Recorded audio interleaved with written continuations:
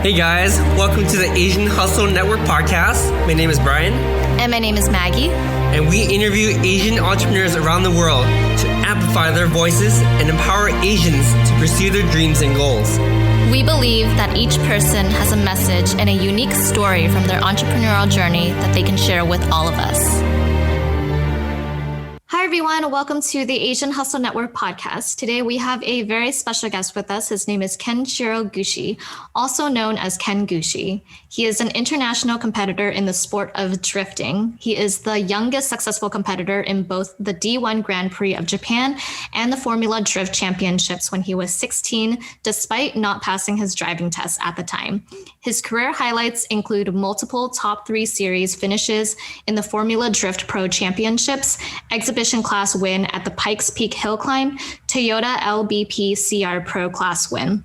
He is a current member of the SAG union performing on-screen stunt work for multiple automotive manufacturers. Today, Ken is now a factory works driver for Toyota Gazoo Racing.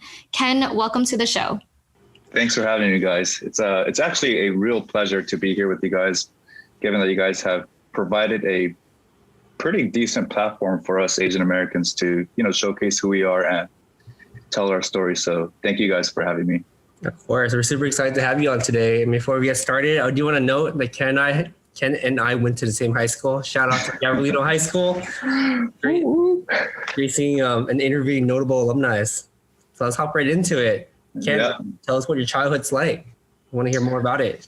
Yeah, so I've actually had quite the unorthodox upbringing. And, when you guys hear stories about, their Asian parents bringing up kids, most of the time you'll hear them say, like they wanted me to be a doctor, lawyer, dentist, whatnot.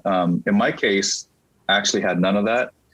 And my parents had me when they were extremely young. They were both 19 and 20. Wow. With no college education. They graduated high school and, and there I was. So being young parents, they didn't really know where to start. And everything was kind of just like, learn as you go and do as you go type of a story for them. So at the same time, their parents never really forced them to do anything they didn't want to do either. And they had more of a very free-willed lifestyle and childhood growing up. Mm-hmm. So that was sort of their take on child upbringing, was to just let them do what they want, let them figure it out themselves and not force them to do anything that they didn't want to do. So that was my childhood. But my dad was heavily into automotive repair and motorsports at the same time. So I can remember as far as I can, I was always following him around the house garage with my one-piece jumpsuit that they bought me, pretending to be a mechanic. But I was always following my dad around with a tool, a wrench in my hand, a hammer, screwdriver, whatnot. So that's all I knew. As my childhood goes back as far as I can remember, all I remember was just following my dad around the shop or the garage, wanting to help him out, wanting to work on cars, trying to just be like him. And he was really just the biggest hero to me, my inspiration. And I just wanted to be exactly like him. To go a little before that, I was actually born in Japan, Okinawa, Japan, and my family moved us here when I was a little over 2 years old. So my sister and I have a younger sister, but we were both born in Japan. We moved here as, pretty much little babies, and then went back and forth to Japan a couple of times. But my whole family is Japanese. I mean, we're all really heavily Japanese, like so Japanese to the point where inside the house, they had a rule where I couldn't speak any English. Wow. Because they were afraid that my sister and I would soon forget to speak the Japanese language. Mm-hmm. And they didn't want my grandparents having a hard time communicating with us. So that golden rule of speaking only Japanese in the house kind of stuck all throughout. And it's been so long in that custom that now it's so awkward to speak with my sister in English or anything outside of Japanese. So in a sense, that was a good thing. But that also helped me retain my Japanese culture, the lifestyle, and, I guess kept the family bond because we all were able to communicate together. I love that. The reason why my parents moved here in the first place, or my grandparents moved the whole family here in the first place, was because my grandfather is a very successful karate master. He's a teacher. Mm-hmm. He passed away, unfortunately, but he was invited to come to the States to teach karate, and he didn't want to leave the family in Okinawa. So he said, hey, let's all pack up and go stateside. My dad at the same time had a goal of running the Pikes Peak Hill Climb, international hill climb in Colorado Springs. And I'll get to that a little later because I was also a part of that story too. But he was like, yeah, all right, Dad, let's go to America. You know, you do your karate. I want to get into motorsports and do rally racing. So we all moved out here. My grandpa and my dad were teaching karate. And at the same time, they opened up a coffee shop when we moved here. So this story is actually kind of crazy. My grandpa's family friend, or we called him uncle, he sort of convinced my grandpa to open up this coffee restaurant. And of course, we didn't know a lick of English. Came here, my grandpa, my grandma, my aunts, uncles, my dad, we were like, okay, all right. So yeah, we bought this building. We have this kitchen, coffee stand. Now what? Like, how do we even start a business, open a business? This is a whole new experience for all of us. So without knowing any English, you know, my uncle, or that uncle that my grandpa knew, hired his kids who were already native English speakers to help us out, work at the coffee shop. But this whole time, it wasn't like he was trying to help us out. He was just trying to, I guess, trick my grandpa into buying this building and spending all this money that we soon were going to run out of. So we came here with some decent money, but turns out this uncle was taking all the money from us, and then we went broke, like really broke. So we all had to move into this one house, I think it was like a 3 or 4 bedroom house in Monterey Park, but there was like 8 of us living in one house. And then my dad said, you know, I can't do this anymore. Like, I got to get out of here. So he quit that coffee house, which was soon to disappear, soon to be gone anyways. He quit that coffee house and started working at this automotive repair shop called Asari Auto in East LA, or I guess it's borderline Monterey Park, but it was East LA. And then that's where his automotive career started. He became a mechanic at that shop. 10 years later, after working there, he opened up his own shop called Gushi Auto in San Gabriel. And that was like 3 blocks away from Gabrielino High School. We were there for, I think, 12 years before he sold that location, ended up buying Asari Auto, the first shop that he started at. So bought that shop out. And then just last 2 years ago, he sold the shop and retired. But that was my dad's story. And my racing career actually started when I was, actually, let's go before that. My driving career actually started when I was 8. Oh, wow. I told you guys earlier, but at 8 years old, he had me helping him move customers' cars around. And these customers obviously don't know that I was doing this, but I was moving around customer cars around the shop because, you know, we were short-staffed. So I would go to the shop with them, you know, try to learn the art of mechanics, and then help my dad out. Moving cars around. And then even some mornings he would wake me up on a Saturday morning. He's like, hey, oh crap. Okay. What? Drive me to the shop. I'm like, oh, okay. Like an 8-year-old, 9-year-old kid driving a car on the street, driving my dad to work. And he's like, all right, take the car home. So I would drive the car home and then go back to sleep. So that was what my Saturday mornings looked like. That's crazy. Yeah. And then when I was like 10 or 11, we finally went to do some real motorsports racing. So my dad was a huge rally car fan, or rally is when you take a car and you drive as fast as you can up the mountains. And these are all professional events. So these are closed roads, professionally timed. There's a start line, finish line, and you race up a mountain as fast as you can, or these stage rallies. And so we went to a few with his prepped out rally car, and he let me be the co-driver of those races. So the co-driver is when you have a passenger seat navigator reading the stage notes to tell the driver, okay, what turns are coming up next. So I was in the passenger seat, reading stage notes to my dad. And then one year was like, you know what? Why don't you drive this one?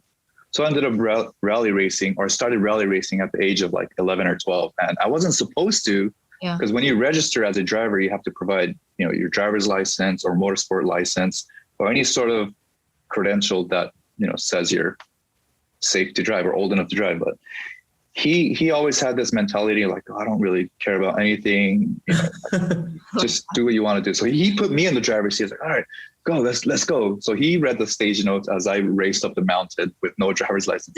So that's where my racing story began. And then when I was about 12 or 13, there's a very, very popular anime series in Japan called Initial D. I don't know if you guys have heard of it. So yeah, it's basically the story of a kid helping his dad out, and he's delivering tofu in the middle of the night with no license.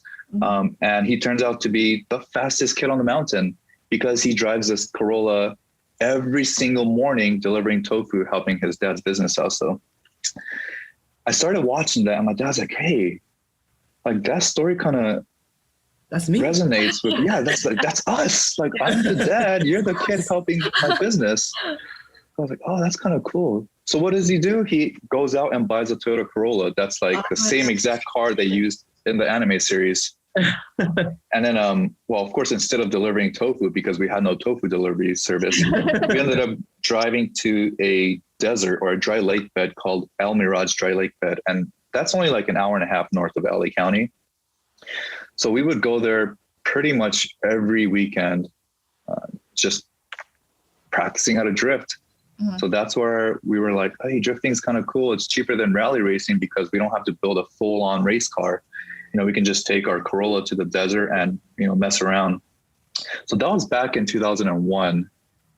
And then around 2002, 2003, this Japanese drifting organization called D1GP or D1 Grand Prix decided to host a driver's search event in the US. And so when our local drift fanatics heard of that opportunity, they're like, hey, Ken, there's this, or hey, GT is my dad's name. Hey, GT, there's this drifting event coming to LA soon. And the organizer is D1GP. Like, do you guys have any interest in it? And my dad's like, yeah, sure. Why not? Let's just try it out. So we ended up competing. And of course, the registration process, I was like, Dad, hey, what are we going to do? They're like asking me for a license. Like, all right. So he passes me this driver's license. And I look, I'm like, oh, it was his employee's driver's license. Just write down the driver's license number. No one will know, whatever. So that I wrote his name, his driver's license number, and I competed under his name. I forgot his name, but then we ended up taking like the top 3 spots on the podium. Like we had gotten to the top 3 and like, all right, Hideki, Masayama or whatever his name was. And my dad was looking at me like, I think that's you. You got to go up there. So then I'm like, yeah, that's me. Like, oh yeah, come on up. Like, you look awfully young. Like, what's your story? I'm like, so about that, I'm actually, like 13 years old. That's not my name. And then they're like, oh, how did you, what? Like, you're not supposed to be doing this. But then they ended up liking that story that I was so young, doing so well in this driver's search. So then they're like, oh, okay, well, they made this whole thing about like being the youngest drifter in D1 Grand Prix and whatnot. So that's actually where my pro career started. And then at the same time, like all these automotive aftermarket manufacturers are like, oh, drifting, what's this drifting thing? And this is, mind you, way before Fast and Furious or way before Tokyo Drift. So no one really knew what drifting was, but they saw the hype and they saw the potential of how big pro drifting can become. So all these companies wanted to get into it all of a sudden, like, Yokohama Tire, Falcon Tire, Rotoro, all these brands were like, I want a piece of it too. Like, let's hire or let's sponsor all the drivers that were there at that event and try to get that young kid, that Ken Gushi kid. So being this young 13-year-old kid, I'm like talking to these like multi-million-dollar corporations about, sponsorships, about, representing their brand. And I had like zero experience working with like these adults. Yeah. And honestly, I had like no real direction. So then most of the time my dad was helping me out with, negotiating deals and sponsorships and whatnot. But yeah, it was just a crazy time to be around cars because drifting was so new. And it was just a hype thing, when D1 Grand Prix brought over their drivers from Japan, everyone was like, oh my God, that's like Taniguchi Nobuteru. It's like, these are all like superheroes that we watched as kids when we borrowed like rental DVDs from Japan, auction video and whatnot. And these were the drivers that were on TV. So I'm like idolizing them, like starstruck. Like, oh my God, I could drive with these guys and compete with them. And so, yeah, it was just crazy. My story actually in between is quite long. And let's just say fast forward 20 years, I drive for Toyota Gazoo Racing or Toyota Motorsports North America. And I'm still doing it. So it's pretty wild to see that I've come full circle, starting in a Toyota Corolla in the desert. And now I drive for Toyota Motor North America and their newest GR Supra. Love that. Yeah. Go ahead, Megan. That's amazing. Wow. I was going to kind of bring up my questions one by one, but you kind of went through the story, but I loved how you kind of encapsulated everything all together. And I love how carefree your dad is, kind of just like forcing you to use someone else's driver's license and being like, hey, try this, try that, and that's the kind of mentality that like pushes you to try new things. So I love that. Yeah. I love that story. I had no idea, Ken. I just knew you as this really popular guy in high school that everyone knew. I was not popular at all. Everyone knew you drove really fast cars. Like when you were crowned like the Prince of Drifting or something, all of us like, wow, who's this Ken guy? And I remember like having one class of you where we were picking up roll call sheets around school. Oh, I was a TA or something. Yeah. We were both TAs during that year. And then I'm like, oh my God, it's Ken. You like run up down the stairs really fast all the time.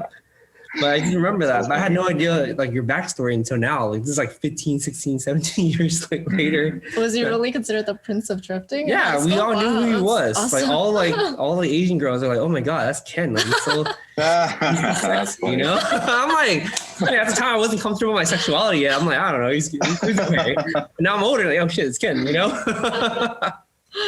I'm just messing around. But yeah, we heard on a different podcast, your dad's reasoning to move to the US was pretty spontaneous as well. He kind of just took the whole family and moved from Okinawa to the US to pursue this dream. Can you quickly talk about that real quick? The reason why he moved from Japan to the US?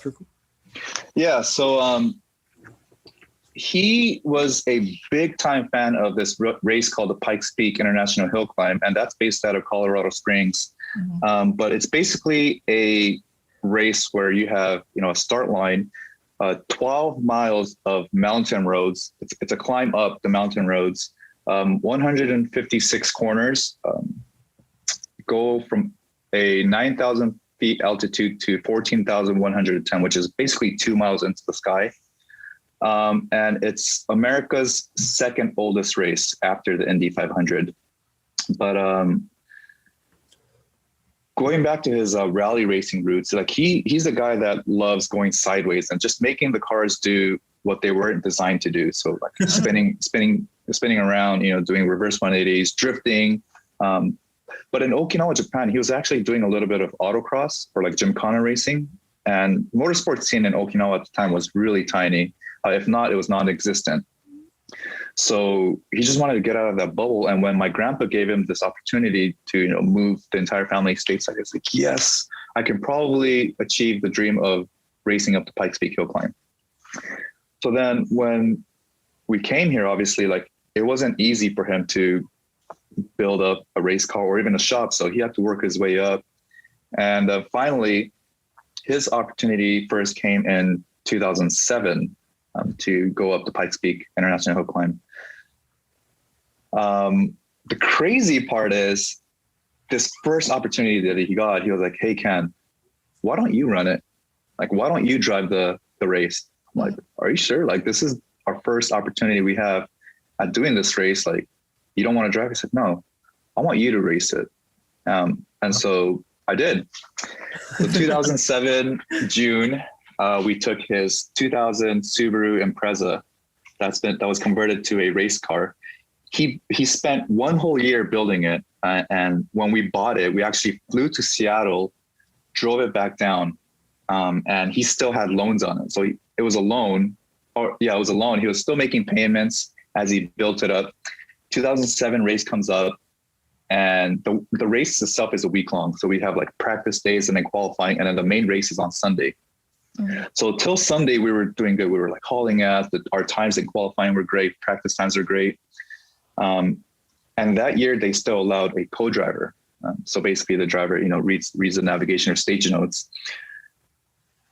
There was another guy who was basically a veteran of that race. And my dad was like, hey, instead of having me as a co-driver, let's put him for practice only. Mm-hmm. So for practice runs, he was my co-driver. Then comes race day, and then my dad's like, okay, I'm going to be your co-driver for the main race because, I want to be a part of it too. So I'm like, okay, Dad, let's go. So it comes a race day. We're at the starting line. I'm like really nervous because, this is the only chance we have. It's a one chance race. Basically, you have one shot to make it to the finish line from the start line. And there's about 100 competitors. Wow. 60 of them are cars and the rest are motorcycles or quads. So then our time comes up at the start line. I'm like really nervous. My dad's like, are you ready? I'm like, yeah, all right, let's do it. So the start line, the flag goes down. Mm-hmm. We're going up the mountain. And then 2 miles into the race or the hill climb, I fly off. Like I literally fly off the mountain and we crash. Like we crash really hard. Like I basically fly so fast off the mountain over a ditch. I land on top of a tree line, break the tree in half. And that's actually what saved us from hitting another gigantic tree. So then as I look back, I'm like, what the hell happened? Like, why did I fly off this corner?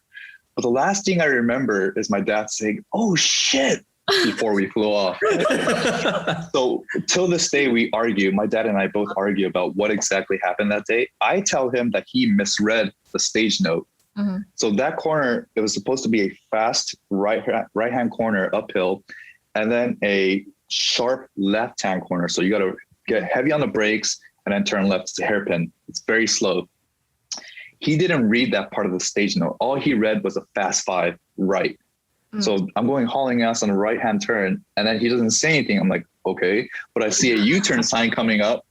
And then the last thing I hear is, oh shit, and then we're off the mountain. Oh my goodness. So yeah, he still had loans on this car, payments. We completely wrecked it. We DNF'd the race. I didn't get to finish. I'm like, man, Dad, like, that's kind of your fault. You didn't read that right. I said, no, I did. You didn't listen. So then till this day, we argue. The cool part is he spent a whole nother year rebuilding that car.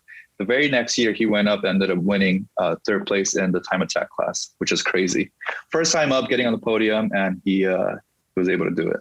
So it was kind of like redemption for my mistakes. He was like, I'm going to show my kid what's up, go up the next year. And he ended up taking a class podium with that same exact car that I managed to fly off the mountain with.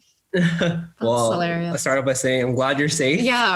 That sounds pretty dangerous. We're glad you're both safe. Yeah. Another thing is it's so cool hearing like the proximity of age with you and your dad, because they had you so young that, in actuality it's like less than a generation away. And it's for you guys like become really good friends. I really like hearing that story. Yeah.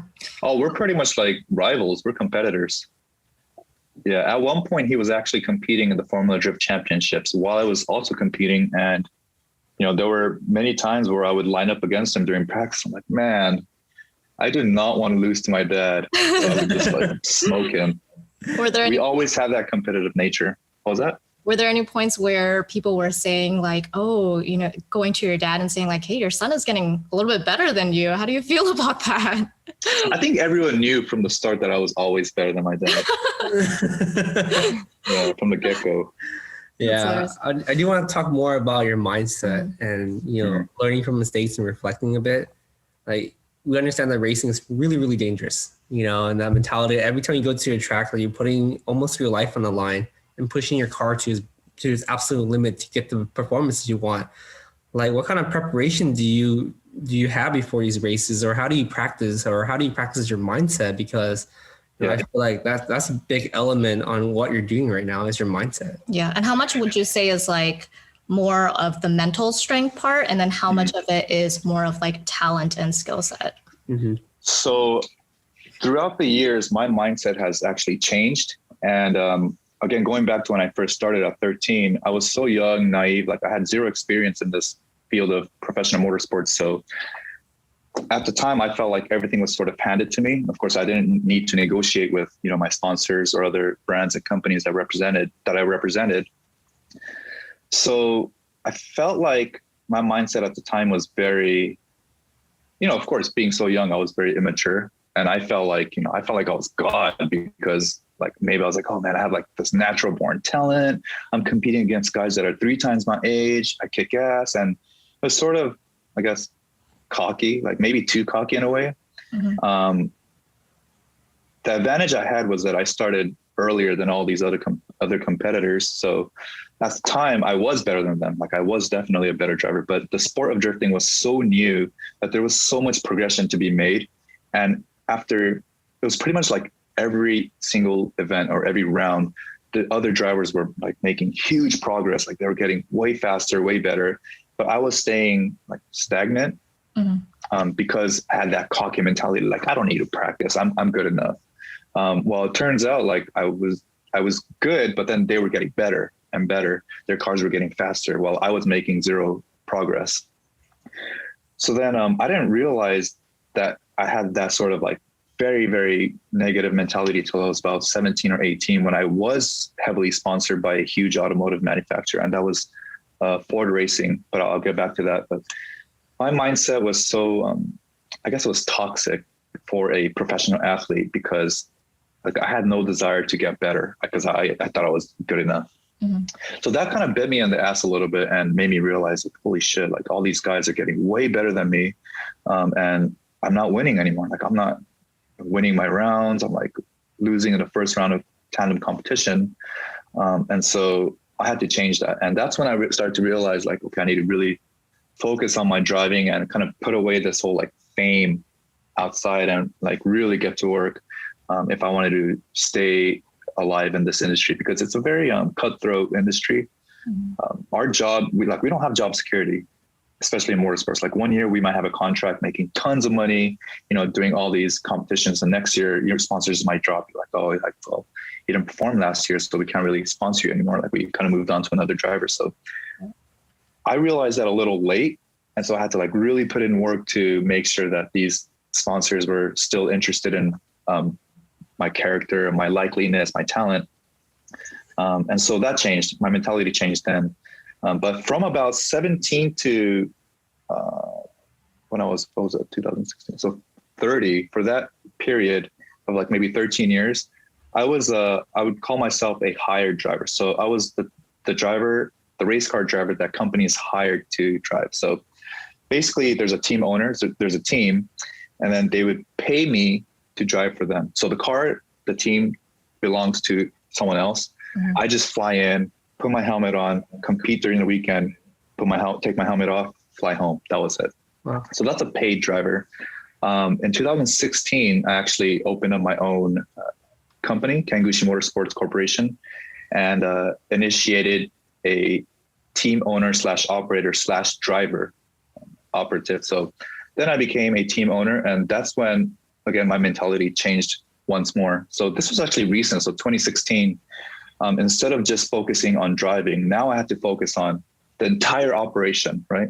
So paying my team, logistics of transporting my race car, my race equipment, scheduling photo shoots, designing the car livery, designing my race car suit, and then timing all that scheduling. So all of a sudden, not only do I have to focus on driving and performing at the top level, I also have to focus on now, okay, when do I need to finish my car to make it in time for round one? Or like, when do I schedule an appointment to get my car shot for this media company? And so they say, or well, this is a fact, but motorsports is a business. Like the entire operation is a business, right? One, you have to keep your sponsors happy. Like you have to always continuously find ways to be relative in the scene, because like if you're not providing them any content or like any sort of reason to sponsor you, then why would they spend hundreds of thousands of dollars to put their logo on your car? Right. So then I had to change my mindset into a business mindset instead of like an athlete, because we call ourselves not just drivers, but athletes. But instead of just being an athlete, like how do I change my operation to be a little bit more attractive to these sponsors. So Toyota, for example, Toyota is actually interesting because they're very heavy into being multicultural, right? And of course, it's the perfect place to talk about it, but they allocate their athletes to different organizations, to different media companies to represent Toyota as a brand. So I do a lot of meet and greets, or even like, not podcasts, but like talking seminars and whatnot for crowds that are heavily Asian American, AAPI, those types of communities. And also when the whole BLM movement happened last year, Toyota was huge into it. They were very active into, promoting social equality, justice, and whatnot. So they're very good about stuff like that. And the reason why I say that is because then I get to like find reasons to attract, Toyota into like finding a justifying cause to sponsor me. So basically I tell them, hey, look, I'm Asian American. Like I can cater to this group, right? Then different types of groups, but then they're like, oh yeah, you're right. Like we can use you for like different things.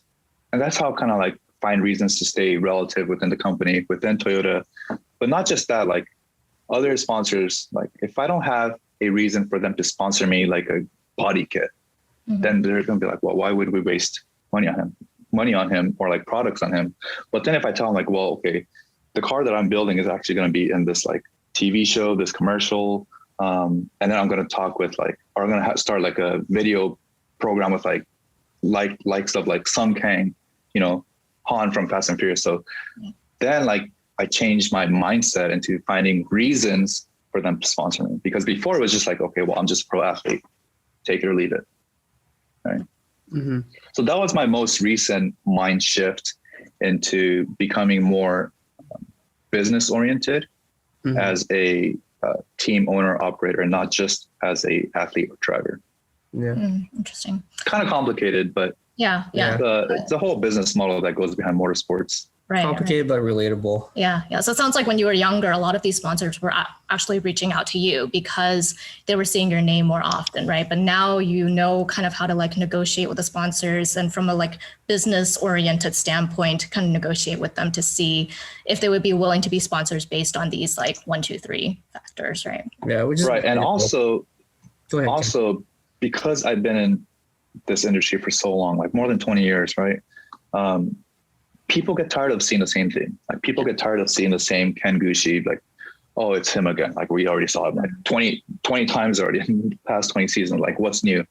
So then you have to continuously find reasons to be, I guess, relative in the scene. And that's the sad part about motorsports, is that most kids nowadays, I say most because not all, most kids don't have an interest or don't even show an interest to go get their driver's license. Like I know guys, I have friends with, kids that are reaching the ages of like 16, 17, 18, ask them like, hey, like, are they driving it? They're like, no. Like, why not? Like, can't they get their license? Like, yeah, but they don't need to. Like, they don't want to.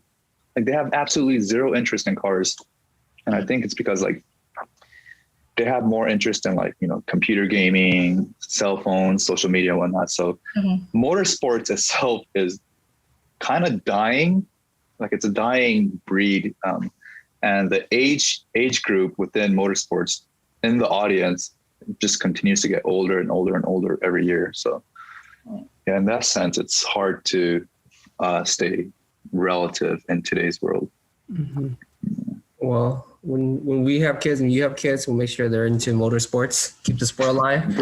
Bring them my way. I'll teach them how to do drifting stuff. At the age of 8 too. We'll send them to you when they're 8 years old. No, 7. You gotta beat Kim in 1 year. Yeah, there you go. Hey Ken, is that my kid moving your car around the shop? Yeah, that's him. He's in kindergarten, right?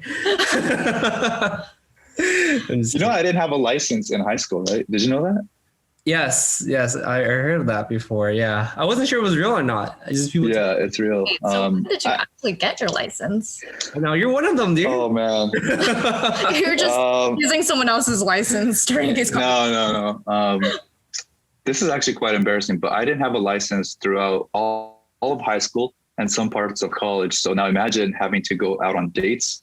I would have my parents drive me to pick up my girlfriend and then tell my dad, like, hey, Dad, you can drop us off at the mall or the movies or something. It's like, all right, whatever. But yeah, no choice because, obviously I didn't have a license. And part of the reason why I didn't have a license is because of my dad. Now, to get a little bit more into the story, when I was 15, my dad had a customer that was, into drifting. He wanted to learn how to drift, and he knew that I was doing this drifting thing. So he asked my dad, like, hey, do you think I can borrow your son for a night and have him teach me how to do donuts? Like, it's a private parking lot. He's not going to get caught. Don't worry. And my dad's like, are you sure? Like, he's not going to get busted by the cops or something. And he's like, yeah, don't worry. It's a private lot. There's no one that's going to see us. And my dad's like, okay, fine, go ahead. So then this guy, I think his name was Walter or something. I hated the guy, Walter. I hated the name Walter because of him, but he takes me out to this parking lot in the City of Industry. And at first I'm like, all right, Walter, show me what you got. Like, show me what you're doing and I'll point out what you're doing wrong and I'll show you how to do it. Mm-hmm. So he's trying to do donuts. Nothing's going right. Like, he's just like a mess, right? I'm like, okay, all right, let me get in. So I hop in the driver's seat. I do literally half a turn and I see lights flashing. There's like cops busting into the lot and almost slams into our car. He has his gun drawn. He's like, get out of the car. Oh no, put your hands up. I'm like, oh God, here it comes. So obviously I shut off the car. My hands are in the air. Like, and I'm like, hey, like, what do we do, Walter? He's like, I don't know. I thought this was a private lot. So the cop's like, license and registration. Well, obviously I didn't have one. I was only like 15. I didn't have registration. So he pulls out his license and he gives it to me. He's like, yo, sorry, officer, this is my car. He was just teaching me how to do donuts. I'm like, why would he be teaching how to do donuts in a private lot? So I got busted. The short story is I got busted. I got written up for no license, no insurance, reckless endangerment, reckless driving, past curfew, trespassing. So I got hit with all those, went to court, paid like a huge fine. And then they're like, all right, Ken, you can't drive. Like, we're going to take away your driving privilege until further notice. I'm like, great, I can't get my license next year. And, being a professional driver, that hurt me a lot. Like, it hurt me a lot. I couldn't drive to school. I couldn't take out girls on dates. It just sucked. Huh. So then when I was 16, I built a whole new race car. And at the time, my sponsor was like, oh, crap, like, we got no time to go testing. Like, can you just drive it around the block or something? I'm like, okay, whatever. So I take out my, like, super illegal race car onto the street. I'm, like, testing the steering, testing the handbrake, and I do one spin turn, right? I basically do a drift around one corner, trying to go back to the shop.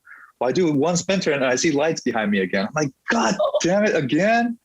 So I get busted. Like, the cops, like, rushing to my car. I pull into the shop garage. He has his gun drawn, like, license, registration. I'm like, officer, I don't have a license or registration. This is a pro car. And I got busted again. Oh my goodness. I didn't have a license. It was an illegal, super illegal race car on the street. My dad was there. He's like, whoa, that's my son. That's my son. I was like, I don't care. You weren't driving. Get away from the vehicle. So then I went to court again. And then they're like, well, this is your second offense. Like, you really can't drive anymore. So then my license driving privilege was taken away for at least 3 years. And I finally got my license at the age of 19, which means I was well into my college years. So guess what? My mom had to drop me off at college every morning. That actually makes a lot of sense. I have never seen your car in high school. Yeah, that's why. I was like, for a pro racer, I never seen you guys' car in the parking lot at all. He's like, aren't you a pro racer? Like, where's your car? Are you sure it's the right Ken? But that's a great story, man. That makes a lot of sense. Going back then and being like, okay, Ken's this super drifter guy. Where's his car? I never see his car in the parking lot. But I'm kind of curious too, like, just stepping back a bit when you talked about running a business, running your team. How important has your team been for your success? You said your dad is a huge part of that, but obviously we watch F1 racing on Netflix, which is a pretty great series, by the way. Oh yeah. Yeah. And we're just like, wow, like, there's so much that happens behind the scene with the team and the stress in their face and the looks, not just the driver, like how has the team been so intricate part of your success so far? So in any form of racing or motorsports, the driver and the performance you see on track is only like maybe 10% of the entire picture. So a lot of the operations happen behind closed doors, behind the garage shutters, and teamwork is extremely crucial. Team prep work, organizing your team, and each team member knowing their role plays a huge difference when it comes to like repairing on-track damage. So teamwork is about 90% of what actually goes down on the track. And that's what determines your success on and off the track. Mm-hmm. A lot of times drivers don't show much appreciation for the team, but they're basically like the backbone of what we do on track. And they're the guys that prepare the car for us, makes sure that, the hood's completely closed, tire pressures are right, the lug nuts are torqued down, the car is fueled up, nitrous tanks are open, glass is clean. Like even down to when it rains, as I get into the car, they're the ones that are there waiting with the towel, wiping down my shoes because I can't be driving with, wet shoes. Mm-hmm. So it's huge. I mean, the role they have in the team is what makes a winning driver separate from those that never really get to see the podium. Mm-hmm. Yeah, wow. That is. Yeah, that's really interesting. I do want to ask this question just because it's with like Asian Hustle Network and regarding like Asian representation. What's your perspective on Asian representation in the racing community? Is it too little, and how has it changed over the years? And for Japanese Americans especially, or Japanese, like how many do you see in the racing community? Because I know that there's, the drifting, drifting is like pretty popular in Japan, but do they come very often, and do they actually stay, or do they go back to Japan? And so in motorsports, especially drifting, like you said, drifting is very popular in Japan, but the fact is drifting started in Japan. That's where drifting came from. So Japanese car culture has always been widely accepted in the American drifting community, only because that's where the roots are. It started on the streets actually. So it was kind of like a very rebellious, outlawed form of motorsports. And then when it became a professional sanctioning body, with D1 Grand Prix, which is a Japanese organization, they were considered, or Japanese drifting guys were considered like legends. They were like the forefathers of drifting. So Japanese representation in drifting is huge. It's always been huge. That's where it comes from. And people respect that. I think people still respect the fact that, it came from Japan. And that's why we have terms like JDM, Japanese domestic market. But it's widely accepted. But if you go to like different racing bodies, like NASCAR, at first it was like, what are you Asians doing here? When Toyota first got into NASCAR more than 10 years ago, Ford, GM, Dodge, all those guys were like, Toyota, like they're never going to make it in NASCAR. They're just going to get their ass chewed and they'll leave right away. The crazy part is Toyota is the most American auto manufacturer today. Yeah. There's no other manufacturer that's more American than Toyota. There's 7 plants that produce all American made vehicles that comes out of the entire Toyota lineup. Camry, Sienna, Highlander was at one point, or still at one point. Oh, it is, still made here. Avalon, all those cars are made here in the United States, 100%. So to come to this point, like Toyota had to fight their way into, being accepted in NASCAR. When they started winning, people were still like, no, that's flawed. They must be cheating and whatnot. But then they never stopped winning. They continued to win in NASCAR. And then people started to soon realize, well, wait a minute, like this Toyota Camry that we drive is like 100% made here. Like, why are we bashing them so hard? They just didn't like the fact that it was a Japanese company being represented in an all-American motorsport sanctioning body. Right. So now it's accepted, actually. Like if you go to any NASCAR race, you walk through the parking lot, there's a ton of Toyota Tundras, Tacomas, Camrys you'll see in the parking lot. And a huge fan base and following that follows the brand's athletes that compete representing Toyota. And so it's more accepted today than it ever was in NASCAR.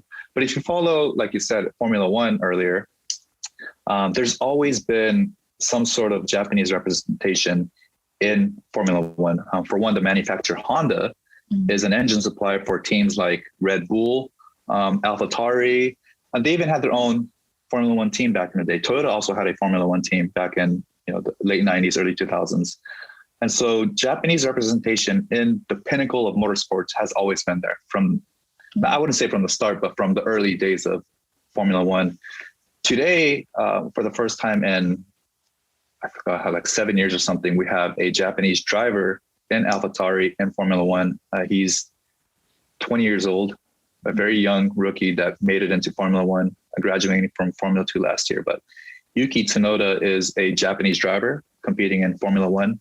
And again, Formula One is like the top level of motorsports. So last year we had a Thai driver in Formula One, Alex Albon. He was a driver for Red Bull. So it may not seem like much, but there is Asian representation in all forms of motorsports. Rally racing, Toyota is huge into rally racing. Even prototype racing, you'll see Japanese drivers. Kamui Kobayashi, he's a driver for Toyota and their hypercar Le Mans program. Or like what other series was there? Even like off-road racing, there's some sort of Japanese manufacturer representation. So it's not that rare. Now going back to my series, there's 3 of us Japanese drivers that are of basically Asian backgrounds. The funny story is none of us are like American. Like we were all born in Japan. We came here to compete in drifting. I mean, I'm pretty much American because I was raised here, but I'm still a Japanese citizen. So there's 3 of us Japanese in Formula Drift. And every year, some drivers come and go. You asked earlier if they come and stay for the series, but a lot of the times they come here, do what they want to do, like compete in Formula Drift, and then they go back. One other Japanese driver, Dai Yoshihara, he's been in Formula Drift since day one with me. So yeah, I mean, there you go. If that answers your question. Yeah, that does. Yeah, that's awesome. Thank you, Ken.